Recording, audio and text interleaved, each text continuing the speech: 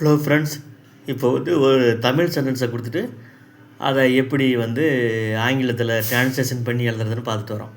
இப்போ அந்த வேலை இன்றைக்கி ஒரு தமிழ் சென்டென்ஸை பார்க்கலாம் ஃப்ரெண்ட்ஸு. என்ன தமிழ் சென்டென்ஸ்னால், குழந்தைகள் தனியாக இருந்தது, லட்சுமிக்கு பயமாக இருந்தது.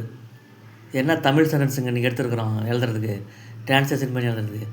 குழந்தைகள் தனியாக இருந்தது, லட்சுமிக்கு பயமாக இருந்தது.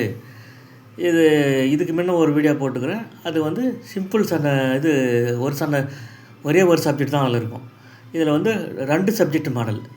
இந்த 2 சப்ஜெக்ட் வர்றதுனால இந்த மாடலில் எப்படி எழுதுறதுன்னு பார்க்கலாம் வாங்க.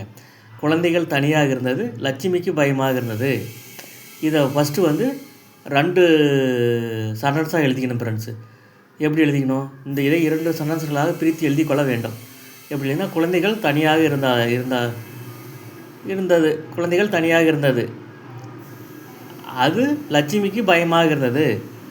இப்படின்னு 2 சென்டென்ஸாக சிம்பிள் 2 சென்டென்ஸாக பிரித்து எழுதிக்கிங்க. இப்போது இதில் வந்து இந்த முடியாத வாக்கியத்தில் என்ன இந்த மொதல் சென்டென்ஸில் என்ன சப்ஜெக்ட்டுங்க? குழந்தைகள். அது லட்சுமிக்கு பயமாக இருந்தது.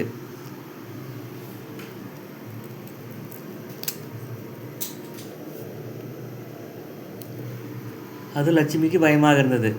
இப்போது இப்படி இந்த சென்டென்ஸில் குழந்தைகள் சப்ஜெக்ட்டு, இந்த சென்டென்ஸில் அது சப்ஜெக்ட்டு. இது மாதிரி 2 வேறு சப்ஜெக்ட்டு வர்ற மாதிரி ஒரு தமிழ் வாக்கியம். இதை நீங்கள் இங்கிலீஷில் ட்ரான்ஸ்லேஷன் பண்ணி எழுதுன்னா அதுக்கு ஒரு ஃபார்முலா இருக்குதுங்க. அந்த ஃபார்முலா தான் பாருங்கள் கீழே எழுதியிருக்கிறேன். கீழே உள்ள ஃபார்முலா படி எழுத வேண்டும். என்ன ஃபார்முலாங்க? ஸ்டெப்பு முதல்ல வந்து முடிவடையாத வாக்கியத்தில் உள்ள சப்ஜெக்டை எழுதி அப்பாஸ்டபி போட வேண்டும்.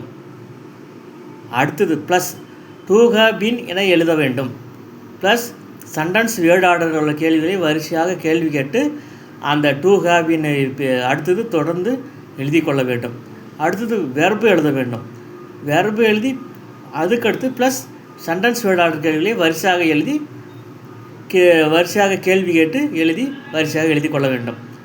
அந்த ஃபார்முலாவை நல்லா மனப்பாடம் பண்ணிக்கிங்க ஃப்ரெண்ட்ஸு. ஒரு கீழே ஒரு ஃபார்முலா கொடுத்துருக்க மாதிரிங்களா, இந்த ஃபார்முலாவை மனப்பாடம் பண்ணிக்கிங்க. இந்த ஃபார்முலா படி தான் நீங்கள் இதை இங்கிலீஷில் எழுத முடியும்.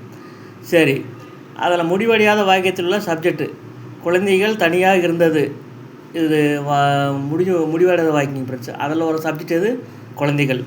அது சில்ட்ரன் எழுதி அப்பாஸ்டபி போட்டு எஸ் போட்டுக்கிறோம். அடுத்தது டு ஹேவ் பீன்னு எழுதிக்கிறோம். அந்த டு ஹேவ் பீனை பார்த்து எப்படி, எதை, யாரை, யாருக்கு, யாரிடம், எங்கே, எப்பொழுது, ஏன், அதான் சென்டென்ஸ் வேர்ட் ஆர்டர் கேள்வி. அதில் ஒரு கேள்வி தான் இந்த எப்படி இருந்தது. டு ஹேவ் பீன்னா இருந்தது. எப்படி இருந்ததுன்னு கேள்வி கேட்டால் தனியாக இருந்ததுன்னு வருது. அதை தான் அந்த டு ஹேவ் பீன் எடுத்து அலோன் எழுதிக்கிறோம்.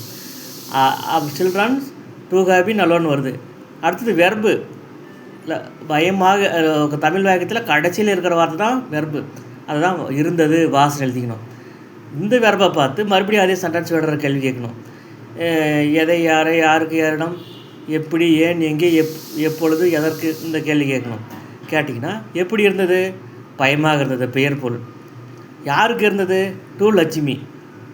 அந்த வாசன்ற வெர்பை பார்த்து சென்டென்ஸ் வேர்ட் ஆர்டர் கேள்விகளை வரிசையாக கேட்குறோம். கேட்டு வர பதில் அந்த வெர்புக்கு அடுத்தது எழுதிக்கிறோம் வரிசையாக. இப்போ புரிஞ்சல ஃப்ரெண்ட்ஸ் அப்படின்ட்டு. இதை வந்து நீங்கள் ஒரு 2-3 டைம் போட்டு கேளுங்க ஃப்ரெண்ட்ஸ். உங்களுக்கு அப்போ தான் புரியும். நன்றி. கொஞ்சம் நம்ம சேனலை கொஞ்சம் சப்ஸ்கிரைப் பண்ணுங்கள் பிடிச்சிருந்தா.